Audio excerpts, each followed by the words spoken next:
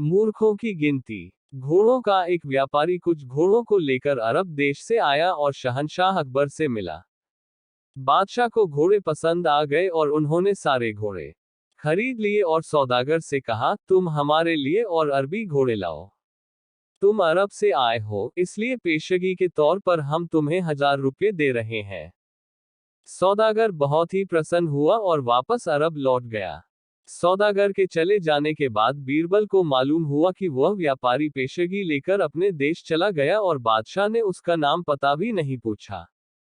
उन्हीं दिनों शहंशाह अकबर बीरबल से बोले, बीरबल, हमारे राज्य में वैसे तो मूर्ख बहुत ही कम है, फिर भी जो मूर्ख हैं, उनके नाम हम जानना चाहते हैं। इस राज्य में कितने मूर्ख हैं, उनकी गिनती करने का काम हम तुम्हें सौंपते हैं, बीरबल। आपका हुक्म सिर आंखों पर, हुजूर।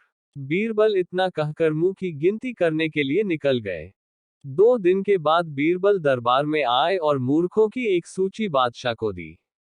उस सूची में बादशाह सबसे ऊपर अपना नाम देखकर भड़क उठे और बीरबल से इसका कारण पूछा। बीरबल सिर झुकाकर बोले, जहां पनाह, अरब देश से जो व्यापारी आया था, आपने उसका नाम पता पूछे बिना ही उसे 1000 रुपये पेशगी में दे दिए। यदि वह व्यापारी घोड़े नहीं लाया तो आप उसका क्या बिगाड़ लेंगे? आप तो उसका नाम पता नहीं जानते। क्या यह मूर्खता भरा काम नहीं है? शहंशाह अकबर को बीरबल की बात बहुत पसंद आई। वह अपनी गलती पर मन ही मन पछताने लगे, लेकिन वह थे तो एक शहंशाह। अकड़ते हुए बोले, यदि वह व्यापारी घोड़े लेकर आ गया तब? बीरबल ने जवाब में कहा, जहां पनाह, फिर मैं आपके नाम के स्थान पर उस व्यापारी का नाम लिख दूंगा। शहंशाह अकबर यह सुनकर अचानक ही हंस पड़े। हाजिर जवाब बीरबल भला गलत कैसे हो सकते थे?